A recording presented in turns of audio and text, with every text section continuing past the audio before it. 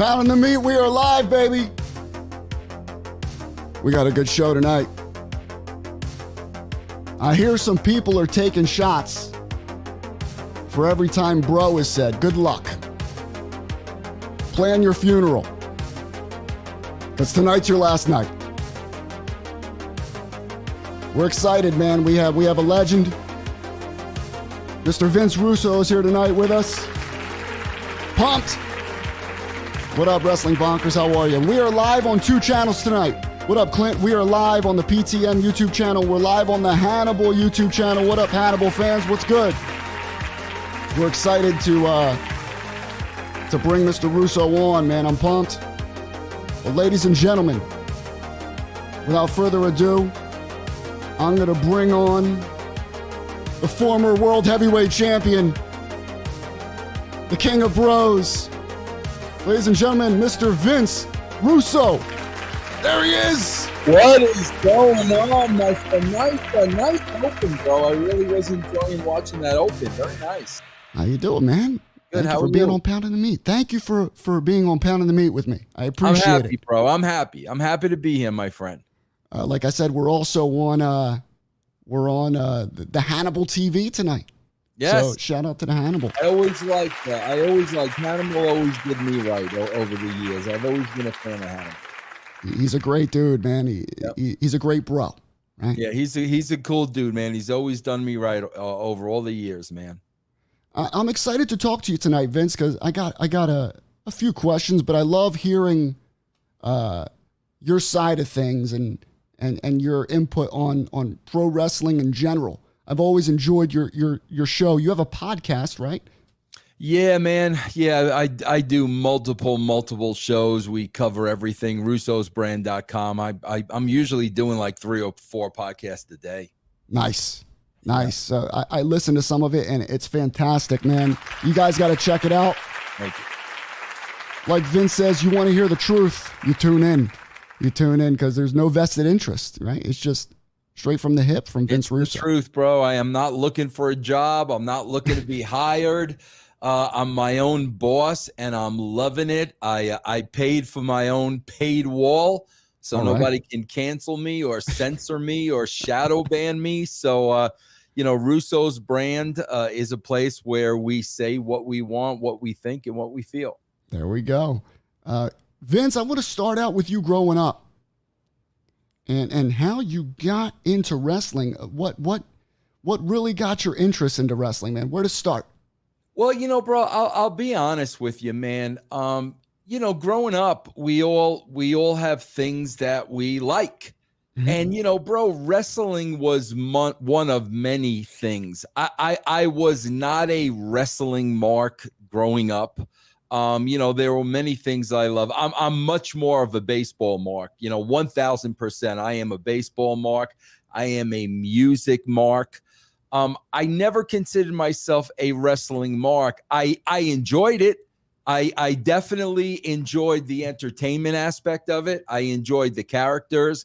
I enjoyed the stories and whatnot.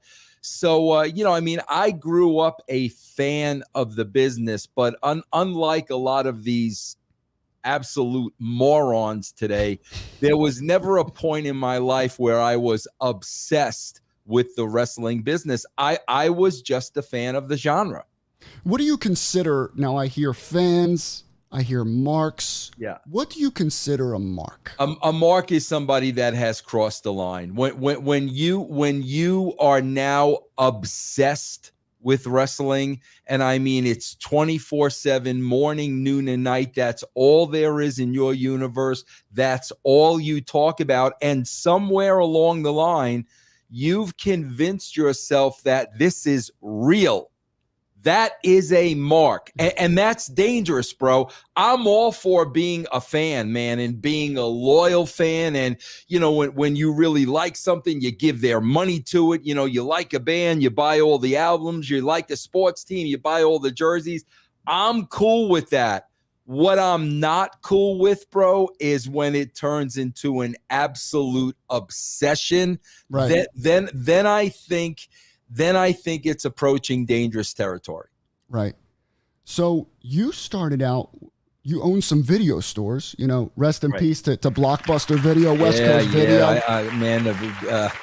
I hate that the video business is done. I swear to God, I would have been doing that my whole life had the video business not died. I used to love going into, you know, Award Video, West Coast Video. Yeah. And I would go straight to the Coliseum home video section.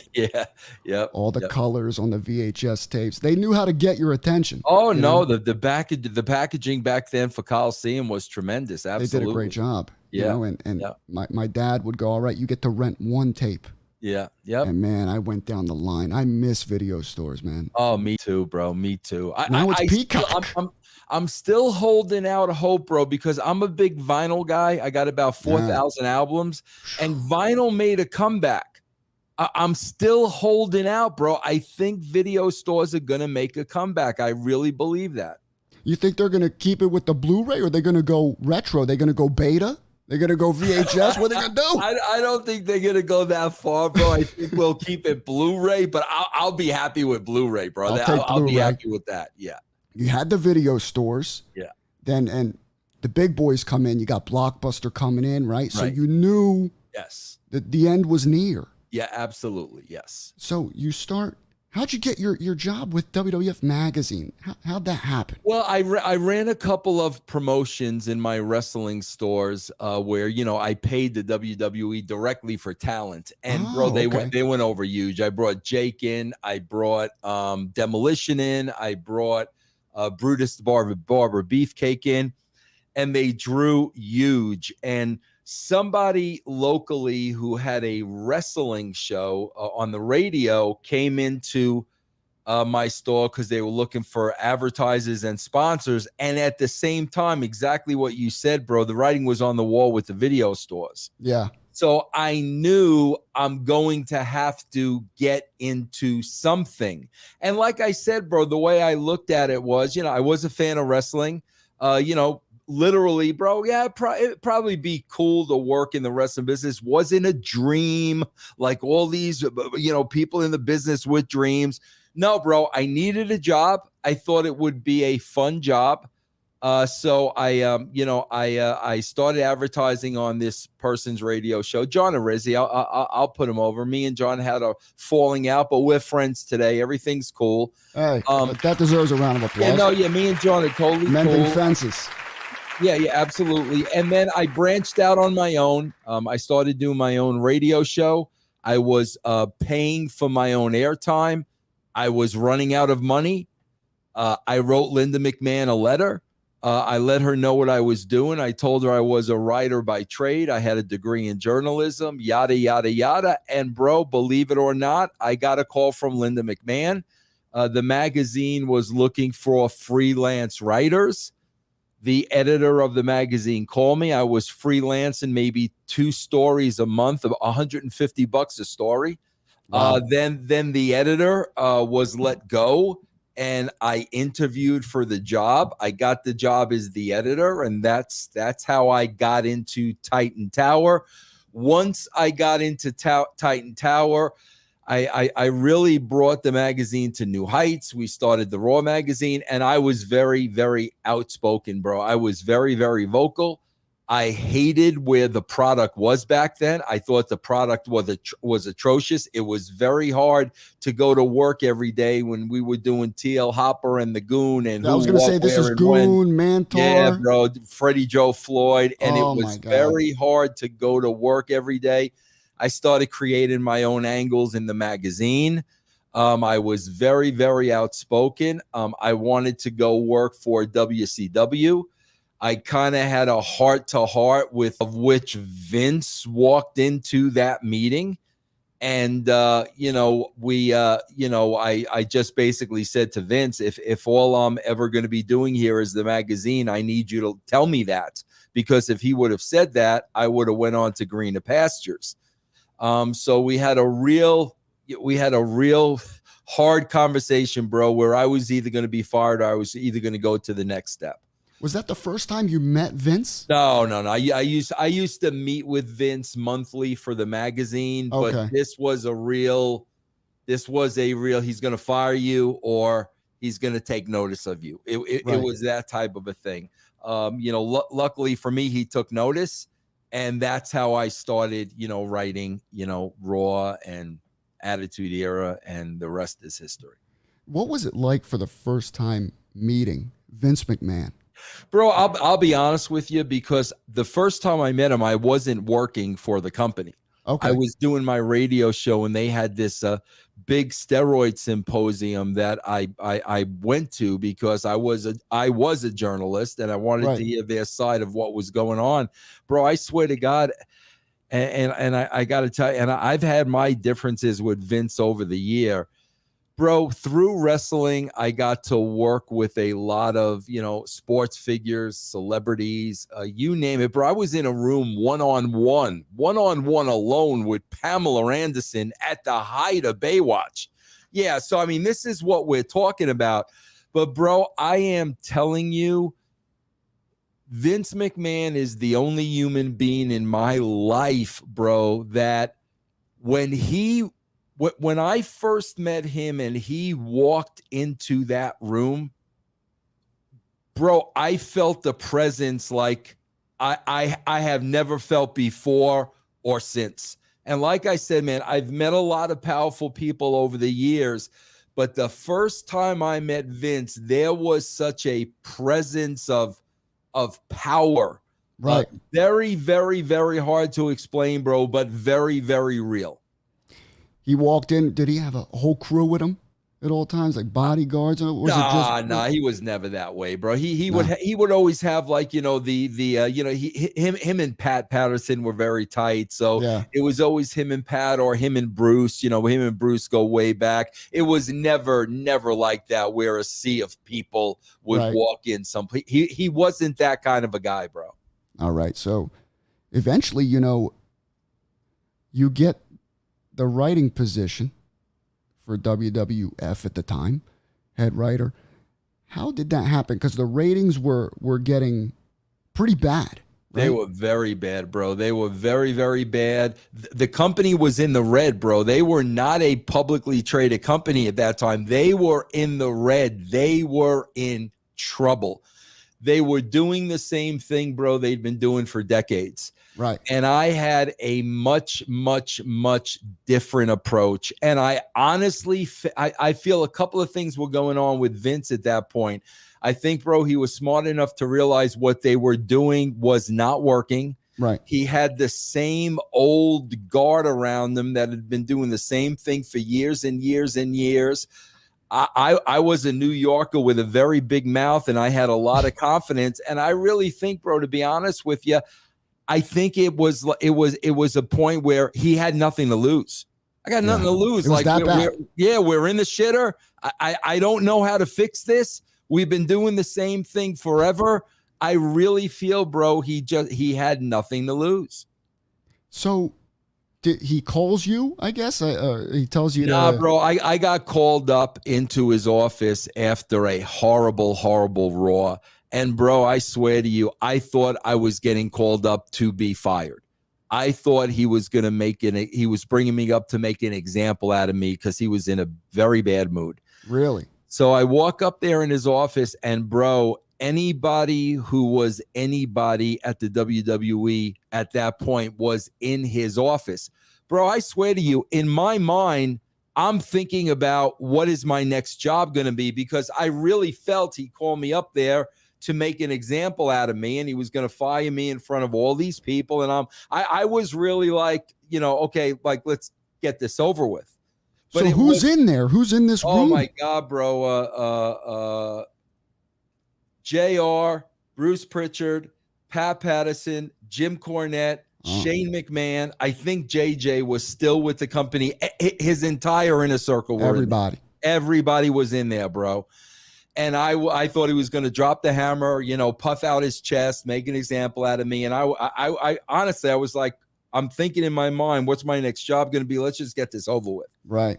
He had the Raw magazine in his hand, and he threw it down on the table in front of everybody. And he goes, this is what our television show needs to be. And, bro, I was the most shocked person in that room. Absolutely 100%. So what were the looks of the people at that table towards you, man? Forget it, bro. You have no idea, because the wrestling business is about, being in it from birth, paying your dues, and that's what it's all about. And, bro, I was an outsider. I was a fan. I wasn't in the business for 20 years, but I'll tell you what I did have, bro. I understood entertainment. Okay. I understood television. I understood what people really wanted to see. And that had nothing to do with wrestling. I knew wrestling. I've been watching it for years. I knew the genre, but I knew, bro, they were doing 1970s wrestling in mid 90s. Right. So I knew we've got to bring this product up to speed to mirror what is going on in society right now. And that's exactly what we did. That was it. That was it. Well, it wasn't rocket science, bro. Yeah. Bro, they're doing the same thing today. You watch Raw 2020, and it's Raw 1992. They're at the same exact place. The only problem is there's nobody in that company right now that has the balls to go up to Vince and say, bro, do you know how bad your product sucks? I did that. I told Vince, this is bad, bro. It's really, really bad. You're out of touch. Whatever that wrestling rule book is that you're following, you need to throw that out the window, bro. From now on, if they think you're going to go left, we got to go right. And I mean, this was the speech, that I gave him. And, thank God and lucky for me, Vince let me do it. And when he let me do it and he started seeing results, he more or less left me alone. They're at that same spot today, bro, but nobody is saying anything to him. I had an email response with him about, oh God, bro, maybe it was October. I can't remember. A couple of months ago. Oh, really? And I told him I was offering my help as a consultant. Right. I didn't want to be hired. I'm never going to work in that environment again. But I was like, bro, your show freaking sucks. Right. Like seriously, like, are you watching? It was that conversation all over again. So, how that ended was, Vince wanted me to watch Raw for a couple of weeks and give my feedback. And I'm like, bro, I'll be happy to do that. I ain't doing that for free. Like, your product sucks, bro. I'm willing to help you. I'm not going to jump through hoops to help you. If you want to pay me to critique the show for the next couple of months, I'll be happy to do that. But I certainly was not going to do that for free, when at the end of the day, honestly, bro, I was just looking to help the guy because the product's horrible. Right. And it's amazing to me. You're sitting in this room, right?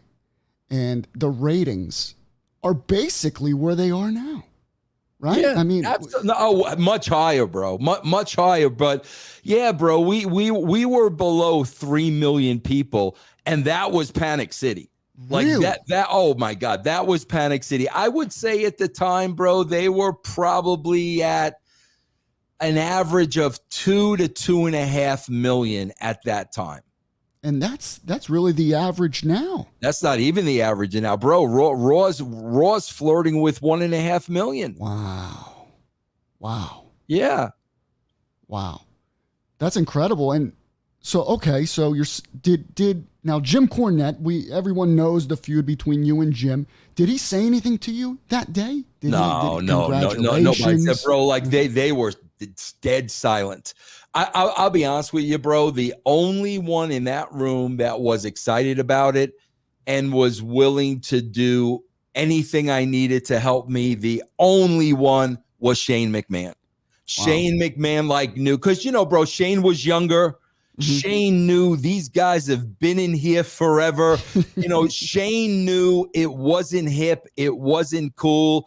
And Shane was the only one that showed any kind of support, bro. Everyone else in that room, man, you talk about having a bullseye on your back. Oh, you were probably sweating bullets. Number I one.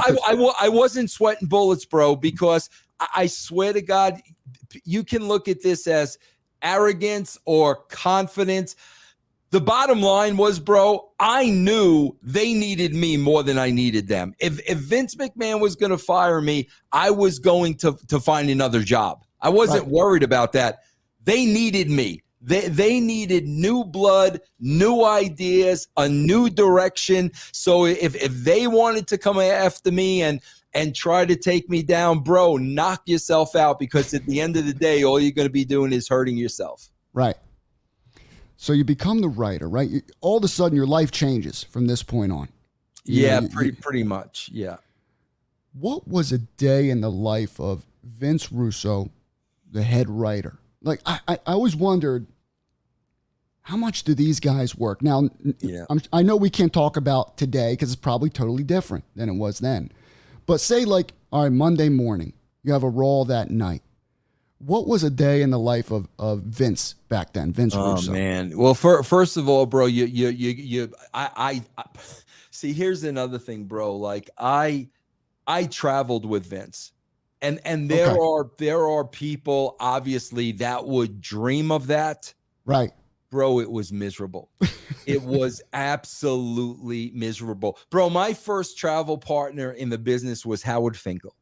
And nice. I loved traveling with Howard.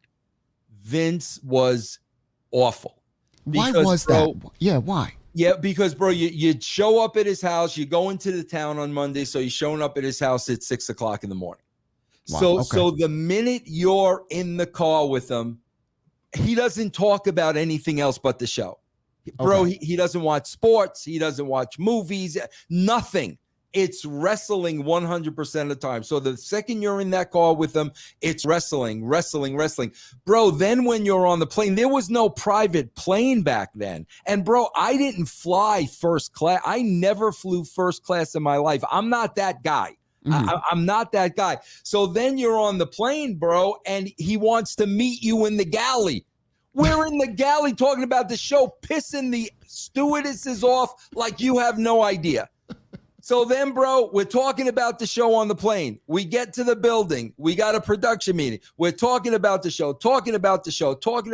You work your ass off during the show nonstop. Show is over. You're in the car to the next town. Talking about the next day,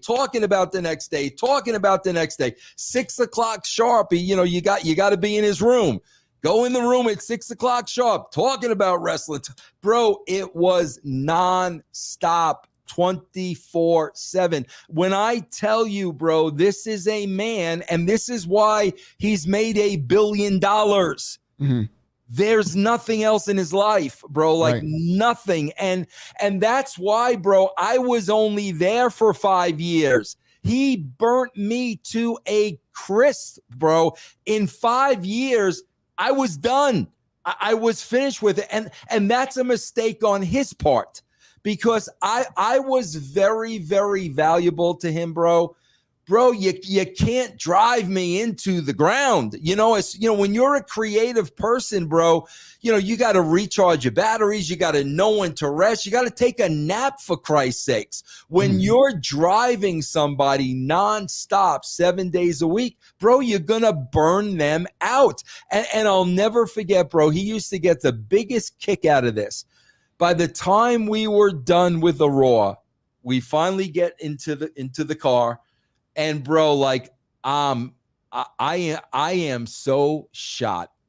And Vince used to turn to me after every TV, and here's what he used to say to me, bro. He used to say, Vince, did I get it all?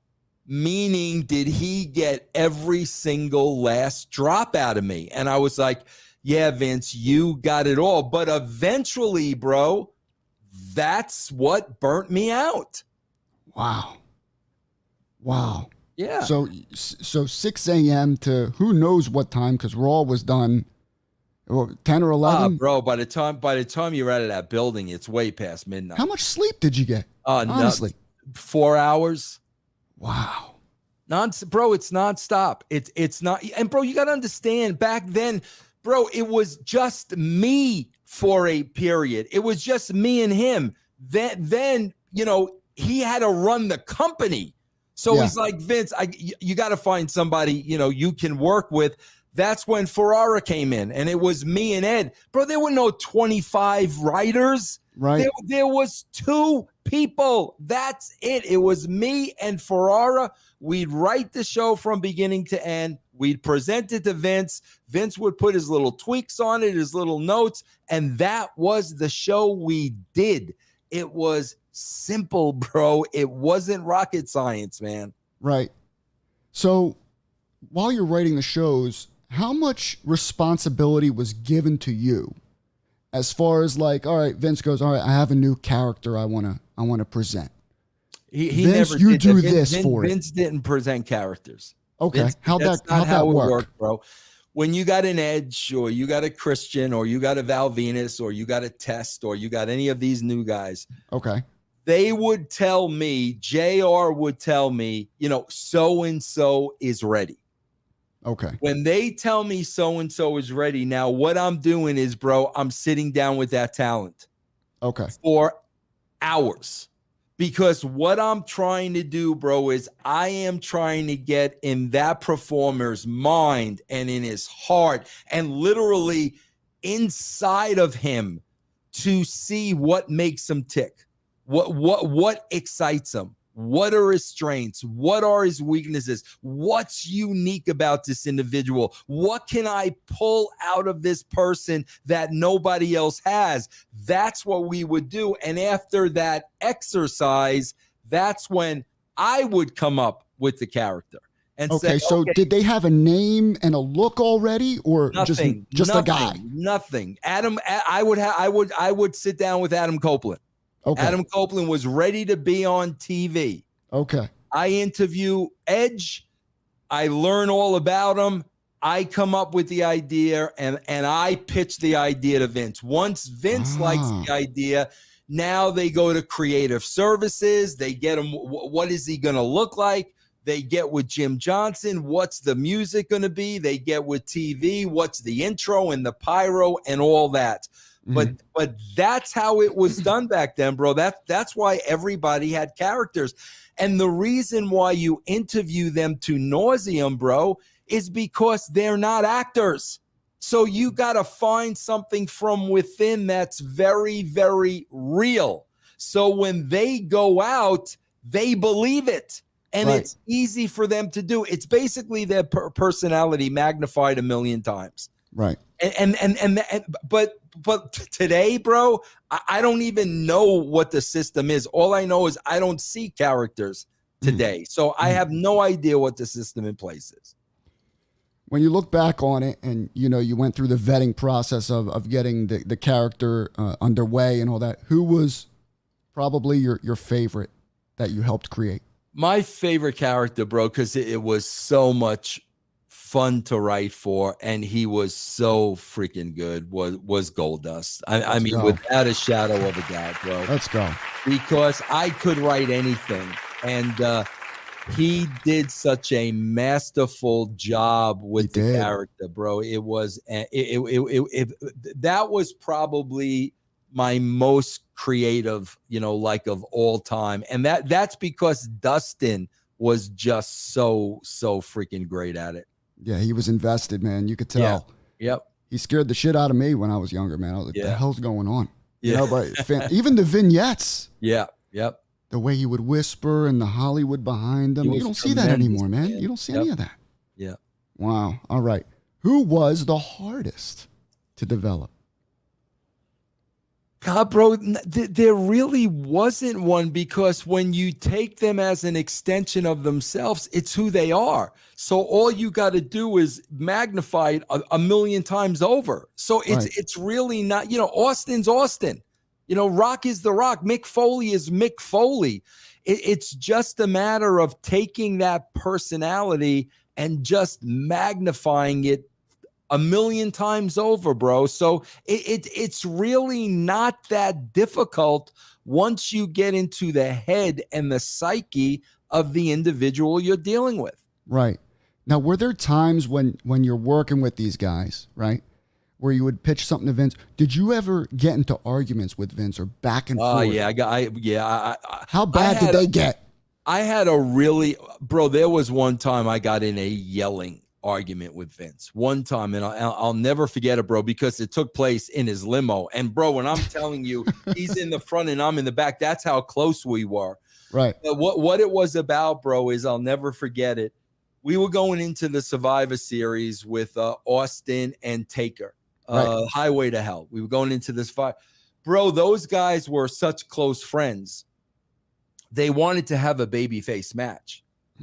Bro, I'm a New York guy. It was Madison Square Garden. And I knew, bro, New York City do not want to see these two guys have a babyface match. That's not what they want to see. This is the wrong place to do this. New York City, bro, Madison Square Garden. And, bro, Vince was trying to make the talent happy.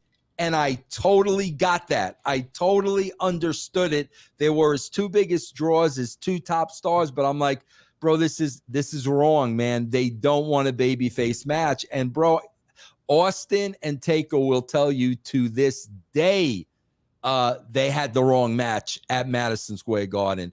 But, yeah, bro, I mean, I was not the guy who didn't fight for what I believed in. I mean, I went toe-to-toe with Vince McMahon, and if I thought something was right, I stuck to it, and I drove it. If he came up with an idea that I didn't think was a good idea, I'd see it. And you know what, bro?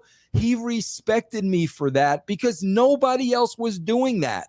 Like, I watched the Raw show today, and some of the things the talent goes out there and does, I'm like, how do you not tell Vince that's the shits? Like, seriously, how can you go out there and cut that scripted promo and not say to Vince, bro, do you really want me to say this? I don't know. You know, bro, so many people have this fear of Vince McMahon. And here's what I've said all along. Bro, he's a wrestling promoter. What are we afraid of? At the end of the day, Vince McMahon is a wrestling promoter. Bro, if you've got confidence in yourself and Vince fires you, that should be perfectly fine, bro, because you should be able to go work someplace else. Right. But if you're not confident in yourself, and maybe if you are the drizzling shits or second guessing yourself, then I guess you're gonna worry about the guy firing you. But bro, I never had that fear because at the end of the day, he was my boss and he was paying me to be honest. So I was honest. Did you ever have any days off, or did you ever have nothing? No vacations, days off, no vacation, no sick. You can't be sick, bro. No sick. Wow. So you were 24/7. Yes. A slave to Vince McMahon. Whether bro, you like it or not. I would try to go. My kids were very, very young at the time. I would try to go to a Saturday matinee. Boom, in the middle of the movie, Vince McMahon, kids, let's go. Drop them off at home and drive to Stamford, Connecticut. And that's it. You just had to do it. That's it. Wow. I want to go back to a memorable moment. Now listen, one of my favorite pro wrestlers is Bret the Hitman Hart. I love Bret. Okay, I love Bret. Shout out to Bret Hart. Yeah. Now, one of my favorite moments in Bret's career is when he turned heel. Okay, when he went to as the Canadian hero, you know, anti-USA. I thought that was some of his best work of his career. Tremendous stuff. The promos felt real. Tremendous. They felt organic, authentic. Yep. Right? Yep. How involved were you with that character change with Bret? Well, bro, listen, people love to tell, you know, Paul Bunyan blue oxtails about Vince Russo. My favorite one is I take credit for everything, and when it's bad, oh, it wasn't me. Bullshit. I give so much credit to these guys. That was all Bret, bro. Those promos were all Bret. Bro, when you're writing for the talent, you take it on a case-by-case basis. You know, some guys want you to write everything word for word. And other guys, bro, they just need the bullet point. Vince, what do I got to get across? And maybe I'll give him a good line to put in there to make people laugh or something like that. I was going to ask how you did it. Yeah. But it really was a case by case, bro, because I would know who really needed the help and who didn't. Right. Bro, that was all Bret. I mean, incredible. Those promos, bro, without a shadow of bro, I review the Attitude Era on russosbrand.com, so I'm looking at a lot of these Bret promos, and people that say Bret wasn't strong on the stick, like, what show are you watching, bro? No, I'll tell you, early in his career, he seemed like he struggled, right? That baby face and all that. It was a little cringe, but then, man, when he went heel, bro, it was over. Because he believed it. Because he believed it, bro. He believed it. So when he went out there with such conviction, he made people believe, bro. But yeah, that part of his career was phenomenal, man. How crazy was the heat on Bret during that time? Yeah. Brutal. Well, yeah, what was more crazy though, bro, was just trying to walk the line with him and Shawn. How'd you work between them? Did you have to go to different rooms and all that? Oh yeah, bro. It was very, very, very, very difficult. But bro, up until the Survivor Series, because at the end of the day, unlike today, bro, these guys were pros. Right. These guys were pros. So like you knew they were going to do business. Right. They were just not going to make it easy. At the end of the day, you knew they were going to do it, but they were going to let you know they didn't like doing it, but they were pros, bro. So you knew they were going to do it, Take me back to that night, the screw job. All right. Yeah. From your standpoint, from your perception of everything, what was that night like for you? The night was horrible, bro. It was absolute. It was horrible. Did you know what was going to happen at all? Did you know anything? Bro, I'll be honest with you. And again, you hear a million stories. You hear a million stories out there. I can only tell you my story. And if people don't believe my story, I don't give a shit. And I'm not proud of my story. But, bro, I remember the last creative meeting we had.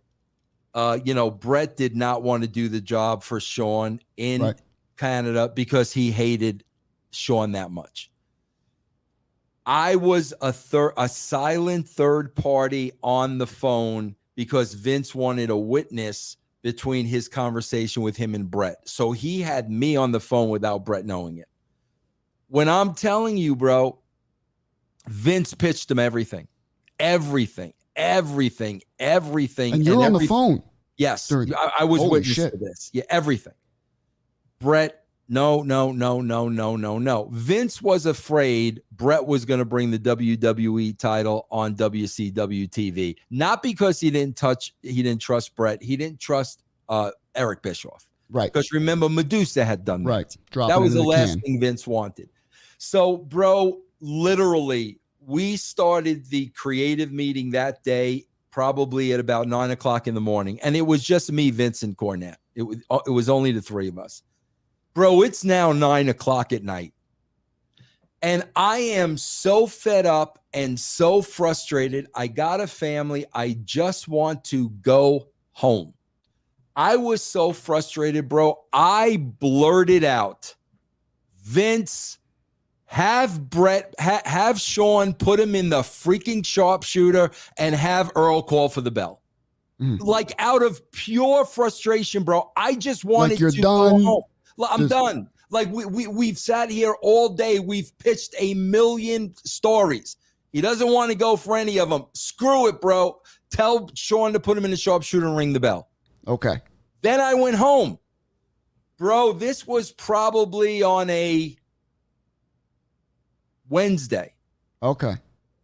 Bro, from Wednesday to Sunday, Vince is having no contact with me. Now, did you find that odd? I did find that odd, but I kind of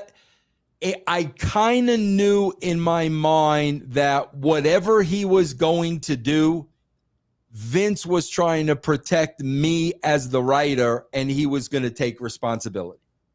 So he really distanced himself from me that week. When we got to the building, bro, I had no idea what they were going to do. I hadn't spoken. That was the last thing I said about it. I had no idea what they were going to do.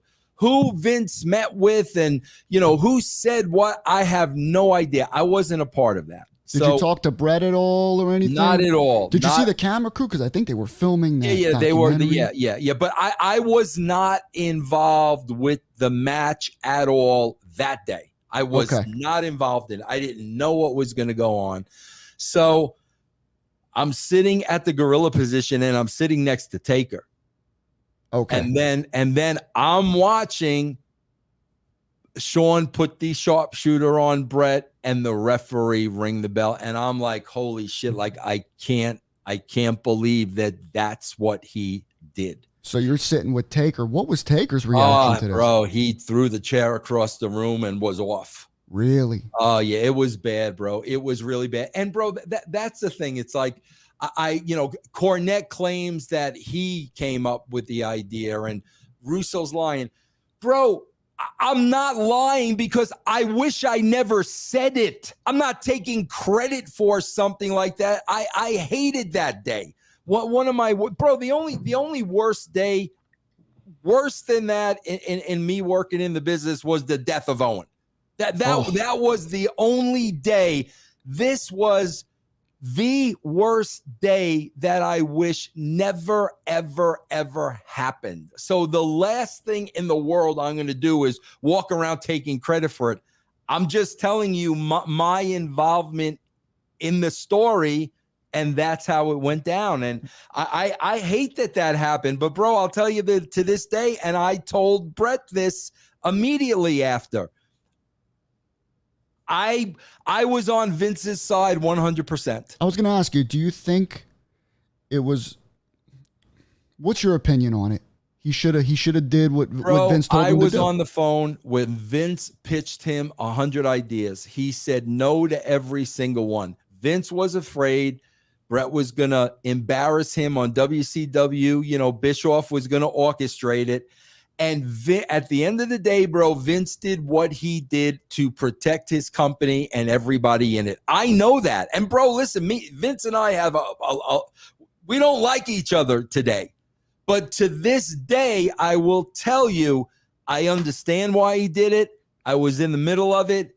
If it were my company, I would have done the same exact thing because he did it to protect his company. Bro, if Vince could love somebody, which he really can't, Bret Hart was the closest he came to. I mean, he really cared about Bret. Right. He did not want to do that, bro. I mean, that was the last thing the guy wanted to do.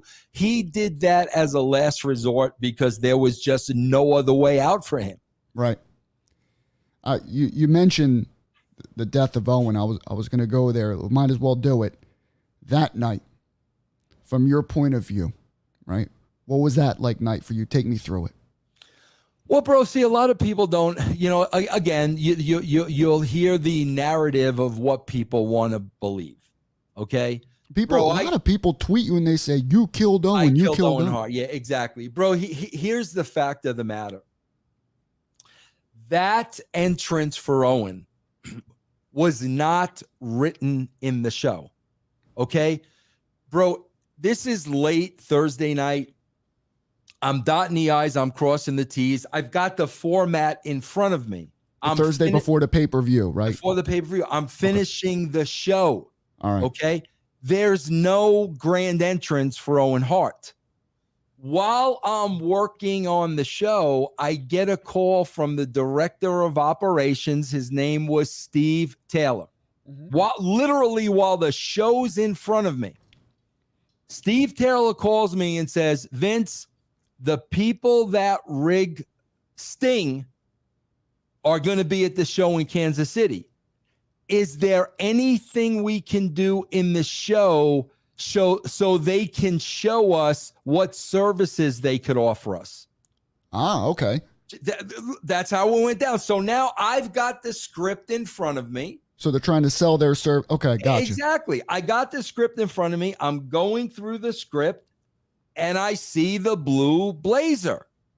So I say, well, I said, yeah, Steve. I said, if they want to repel Owen, I said, that'll be a really cool, superhero entrance for Owen. If they want to repel Owen, we can do that.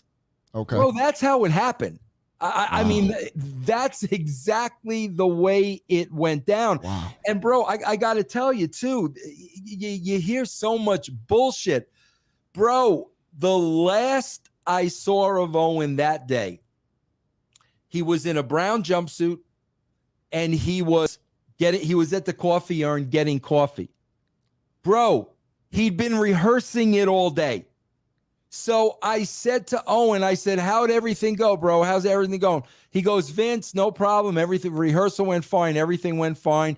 He goes, the only thing I ask you is, can the way it was set up, bro, it was Godfather's entrance and then Owen. Owen said to me, Vince, the only thing I'm asking you, can you reverse the entrances? Because if Godfather's first and then they repel me, you'll attack him. Exactly. I'll be hanging. I said, Owen, no problem. I'll get it done. And, of course I went, and I got it done. And, Owen, was supposed to come down first, but that's so the he never way, said to you, I'm uncomfortable with this. Never. Nothing. See, and bro, that's a funny thing too about it, because the relationship I had with Owen, bro, we wanted to do a storyline where Owen had a huge crush on Deborah. I remember that. And the reason why we wanted to do it, bro, was because we knew Owen and it would be hysterical. Like Owen having a crush on, can you imagine? It would really be entertaining. Bro, Owen came to me and said, Vince, this is going to be an issue with Martha. For his wife, yeah. Yes, please, Vince, please. Bro, when Owen said that to me, I was like, Owen, it's done. No problem. We'll come up with something else. So there was something he did not feel comfortable doing, and he told me, and we changed it. Took it out. Bro, for it to be, an entrance that meant nothing. Like the entrance meant absolutely nothing. If he would have said, I feel uneasy, I was nervous during, nothing, bro. We would have taken it out immediately. But he, like I said, bro, the only thing he asked me that day was the switching of the entrances. So that's why I'm saying, bro, you hear people talk during the years. You know what, bro? They don't know shit. I was there. I know how it went down. I saw Owen after he practiced it and rehearsed it and everything was cool. It was a freak accident, bro. And like sometimes, I'm a believer, bro, and everything happens for a reason. Like I really believe that. I think that the minute we are born, our end date is in the book and we're going to lead a certain life. I mean, I really, really, really believe in that stuff. Right. But, that's the story, man. How long after the fall did you find out that he passed? I mean, did you know before they announced it? Were you back there? I was actually, bro. First of all, it's a surreal moment. You don't believe it. Like you got everybody backstage, bro. Like they're zombies. I mean, they're absolute zombies. And Shane McMahon, was the one that, he came up to me and he whispered in my ear, I think he just said like, Owen's gone. Oh. And bro, it's surreal. Like this is not happening. You can't even, you can't register it. You can't understand it. That's why, again, bro, I have my differences with Vince, but the criticism with the show going on, bro, nobody was in their right mind. Vince McMahon, bro, you're not expecting to go to a wrestling show and something like that happens. Vince isn't thinking straight. Vince isn't thinking rational. It was, I mean, obviously, bro, it was a night that I'll never forget. Worst night, far and away, I ever had in the wrestling business. All right. Well, Jim Cornette, we got a lot of comments about Jim Cornette. Do you ever see? I don't know the comments about Jim Cornette. I don't know why people ask me about Jim. I don't have an issue with Jim Cornette. That's what I was going to say. I don't have any problem with Jim Cornette. I've on many occasions said to Jim Cornette, let's have a one-on-one conversation. Let's give all the money to charity. Let's give all the money to the boxing match. Why don't you do a boxing match? Well, I'm not a child. But if he wants to have a rational conversation, bro, we'll have a rational. We'll give the money to Cauliflower Alley. I often. Bro, the guy refuses to have a conversation with me. So I don't know why people ask me about Cornette. I don't have an issue with the guy.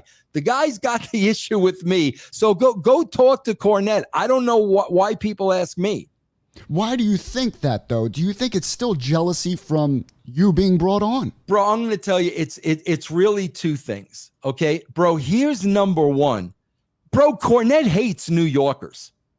Period. Bro, he's still the South, the Civil War, whatever, however his mind works. He hated me from the start, bro, because I was from New York, because I have a heavy accent, because I talk to it. He hates Yankees. He used to call me a Yankee. So off the bat, he's a Southern guy. I'm a New York guy. He hates my guts. Mm-hmm. On two occasions, bro, Vince McMahon at WWE, Dixie Carter at TNA, on two occasions, I was chosen over Jim Cornette. And, bro, I was chosen over Jim Cornette because anybody who knows Cornette and anybody who's a fan of Cornette knows how stuck in his ways he is. Jim Cornette does not compromise. He wants to do things a certain way. And bro, that was difficult for Vince McMahon, and that was difficult for Dixie Carter. And I wasn't that way. I'm going to tell you what I think. I'm going to tell you what I believe. I'm going to fight for it if I really believe it. But at the end of the day, it's your company. Do whatever you want to do. Right. I was much more open and easier to work with than Cornette was. That had a lot to do with their decisions. But Cornette likes to blame me for Vince McMahon choosing me over him and Dixie Carter. Bro, look in the mirror.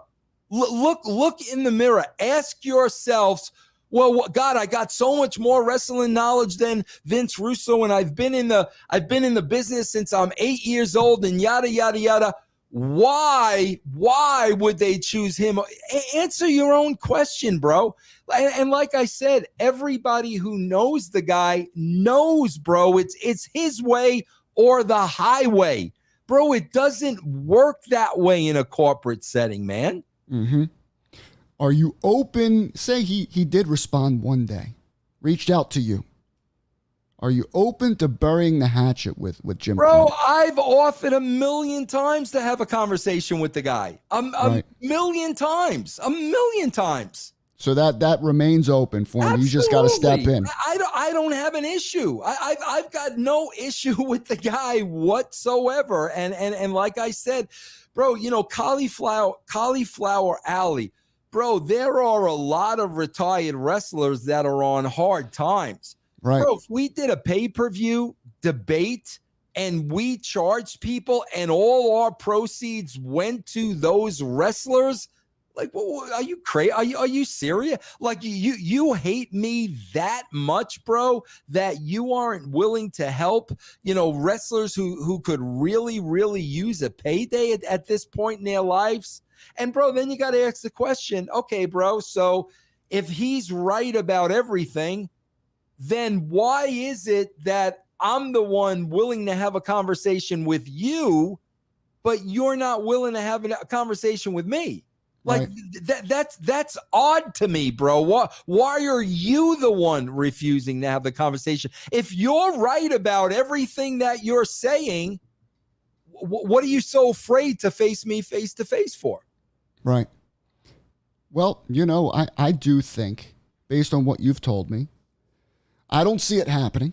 Never happened. Right? But I you never know, right? People have a change of heart. Something happens in their life, and they go, you know what, bro? The guy hates me over wrestling. That's insane, man. At the end of the day, he hates me over wrestling, bro. So listen, I know that I tried. I would have a conversation with him. You know, Eric Bischoff and I don't get along. I've offered to have that same conversation with Eric Bischoff. Still not talking with him? Huh? Still don't talk to Eric? I'm not afraid to have conversations with these people. I have nothing to hide. I have nothing to be afraid of. But, you know, for some reason, you know, people fear talking to me. I told you about John Orezi. Right. Bro, John and Orezi and I hashed it out on a podcast. You know, and actually, you know, that was John's idea. I said, John, no problem, man. Let's talk face to face. Let's get it done. We did. We were better for it. We're good friends today. But bro, if you're not gonna have a conversation with me, quit asking me about these people, bro. I've offered to talk to them. They won't talk to me or have a conversation with me. What do you want me to do at that point? Right. All right. There's the answer, guys. All right. We're gonna be wrapping up soon, but I have one more question for you, Vince. The Hall of Fame. If Vince were to call you tomorrow and say, listen, we're thinking about putting you in the Hall of Fame next year, would you consider that? Absolutely not. And why not? Because I don't, the Hall of Fame is Vince's validation. Period. And nobody's voting for this. Fans aren't voting. Hall of Famers aren't voting. It's Vince's decision at the end of the day. There are so many guys that should be in the Hall of Fame and aren't in the Hall of Fame because of heat with Vince or what, you know, Ivan Koloff, you know, King Kong Bundy. I can go on and on. How is Steve Lombardi not in the Hall of Fame? We're going to rate this on won and loss records. Is that what we're looking at? I don't need Vince McMahon's validation to tell me that my life was worthy. I know what I accomplished. My numbers are out there. My numbers will exist when I am long buried, you know, in an urn, whatever. I know what I did. I know what I contributed. I don't need Vince McMahon's validation for me to know that, oh, you know, Vince, you were successful in the wrestling business. So absolutely not. You know, bro, if it were different, if it were a fan voting, if it were people that were already in voting, but coming down to whether or not you're on Vince McMahon's good side, I have zero interest in that. All right, guys. Well, Vince, before we go, we had in the background, we had a live bro count. All right, we're going to announce the bro count. Can I guess? Take a guess. All right, we were on for about an hour, right? That's correct.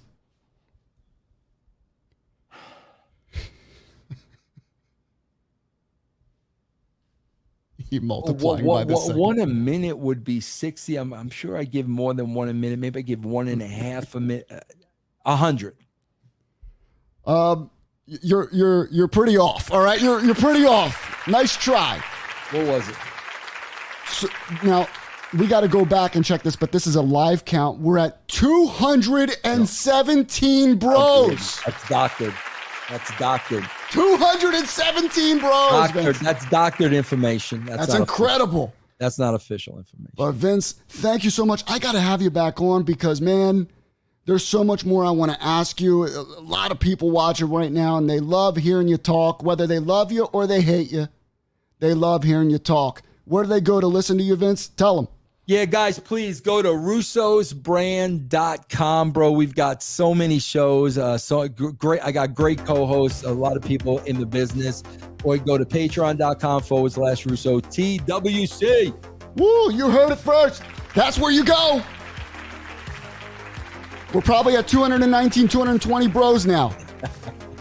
Vince, thank you so much for being on Pounding the Meat. I'll keep in touch with you. We got to have you back on and talk more wrestling shit. You hear me? Yeah, thanks a lot, man. I appreciate it, my friend. I'm down, brother.